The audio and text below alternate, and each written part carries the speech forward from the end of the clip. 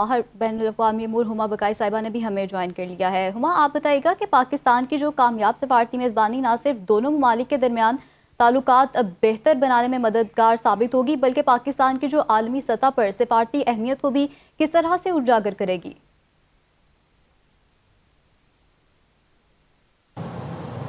دیکھیے، جتنے کمپلیکیٹڈ یہ مذاکرات ہیں، مطلب لوگ اس کو کانفلکٹ آف دا سینچری کہہ رہے ہیں، اور جس نہت سے دنیا واپس آئی ہے نیگوشیٹنگ ٹیبل پہ، اس کے بارے میں بہت بات ہوئی ہے، لیکن واقعی سمجھیے کہ قیامت کی گھڑی تھی اور اس سے 1 گھنٹہ پہلے فیصلہ ہوا کہ بات چیت کی جائے گی، اور پھر بات چیت کا فیصلہ ہونے تک اور بات چیت شروع ہونے تک بھی آپ نے لیبنن والا مسئلہ دیکھا، اور پھر اس پہ کامنٹس ہوئے، پھر بہت بیک ڈور ڈپلومیسی ہوئی، اور اب الحمدللہ صورتحال وہاں ہے کہ کانورسیشنز ہو رہی ہیں، بات چیت ہوگی انشاءاللہ، آج شام سے شروع ہوگی۔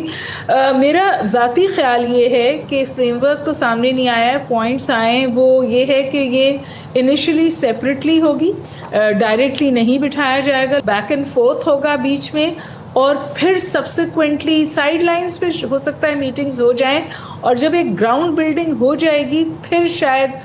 فیس ٹو فیس ہوں۔ میں اس بیٹھک میں فیس ٹو فیس نہیں دیکھ رہی، لیکن میں اس بیٹھک میں اس بات کا اناؤنسمنٹ دیکھ رہی ہوں کہ آئندہ بیٹھک کہاں ہوگی۔ اور دوسری اہم بات یہ کہ میرا خیال ہے کہ پریس کو بائی ڈیزائن تھوڑا اس صورتحال سے دور رکھا جائے گا۔ اس کی 2 وجوہات ہیں۔ ایک تو بڑی وجہ یہ ہے کہ جو امریکن پریس ہے وہ اس وقت بہت زیادہ اینٹائی ٹرمپ ہے، بالخصوص جو ڈیموکریٹس کی لیننگ والی پریس ہے، ان کی جتنی بھی پریس کانفرنسز ہوئی ہیں اس میں باوجود اس کے کہ پیس پروسیس شروع ہو گئی ہے، بہت کنٹینٹیشیس سوالات پوچھے گئے ہیں، اور ظاہر ہے کہ اس وقت تھوڑی شفٹنگ گراؤنڈ پہ ہے یو ایس، تو میرا خیال ہے یو ایس بھی یہ چاہے گا، اور پاکستان تو سمجھیے ایک میڈیٹر کی حیثیت ہے ہماری، ایک فیسیلیٹیٹر کی ہے، لیکن ڈپینڈ کرتا ہے کہ the Iranian press and the American press وہ اس کو کس طور لے کے چلتے ہیں، do they see it as a positive development. اور اگر آپ ایکسپوجر پہلے دے دینا تو ہوتا یہ کہ ہوز وننگ ہوز لوزنگ کی سچویشن میں پھنس جاتے ہیں۔ مجھے اچھی طرح یاد آ رہا ہے کہ جو آگرہ سمٹ تھا، میں بہت لوگوں کا خیال تھا it would have been successful اگر میڈیا اس کو ہائی جیک نہ کر لے۔ وہ جو پریس کانفرنس ہوئی تھی وہ ال ٹائمڈ تھی۔ I'm hoping a joint communique will happen. واضح وجہ یہ ہے کہ جو لارجلی امریکن ڈیمانڈز ہیں وہ تو وہ تمام چیزیں جو ایران اس کے حوالے سے کمپلائنس موڈ میں تھا جب جنیوا میں نیگوسیشنز کو سبوٹاج کیا گیا، وہ اپنی میزل رینج بھی کم کرنے کو تیار تھا، وہ افسردگی کو یورینیم انریچمنٹ کو بھی کم کرنے کو تیار تھا، وہ اپنے ڈیفینس میکینزمز کو بھی دیکھنے کو تیار تھا، سو اینڈ ہرمز تو اس وقت کھلی ہوئی تھی۔ Point of contention so two سے ایمرج ہوئے ہیں۔ دس از لارجلی جو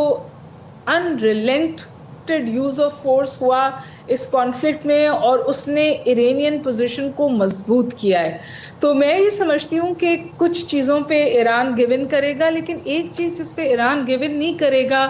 وہ ان انسرٹن ٹرمز اس بات کی گارنٹی ہے کہ اس کے ساتھ یہ دوبارہ نہیں کیا جائے گا۔ اب اس کے ساتھ جڑا ہوا ہے اس کا میزل پروگرام بھی اور یورینیم انریچمنٹ بھی۔ میری بات ہو رہی تھی نیوکلیئر ایکسپرٹ سے جو گلوبلی دنیا میں جو نیوکلیئر پیراڈائمز ہیں ان پہ کام کرتے ہیں، اور اس میں ایک ہمارا بہت اچھا نام ہے doctor Rabia Akhtar. We were in an international conference, اور ڈاکٹر رابعہ نے کیٹیگوریکلی کہا کہ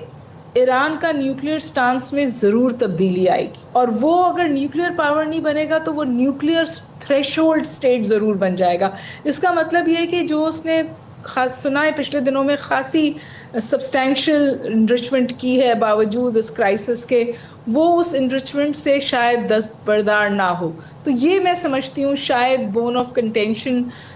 ہو سکتی ہے۔ اور آپ کو پتہ ہے وائس پریزیڈنٹ وینس سے انہوں نے اپنی بیوی کی مثال دے کر ایک سٹیٹمنٹ دیا کہ یہ ایران کا رائٹ تو ہے پر یہ ہم چاہتے نہیں کہ ایران یہ کرے۔ اس سٹیٹمنٹ میں بھی ایلیمنٹ آف فلیکسیبلٹی ہے، میں یہ سمجھتی ہوں۔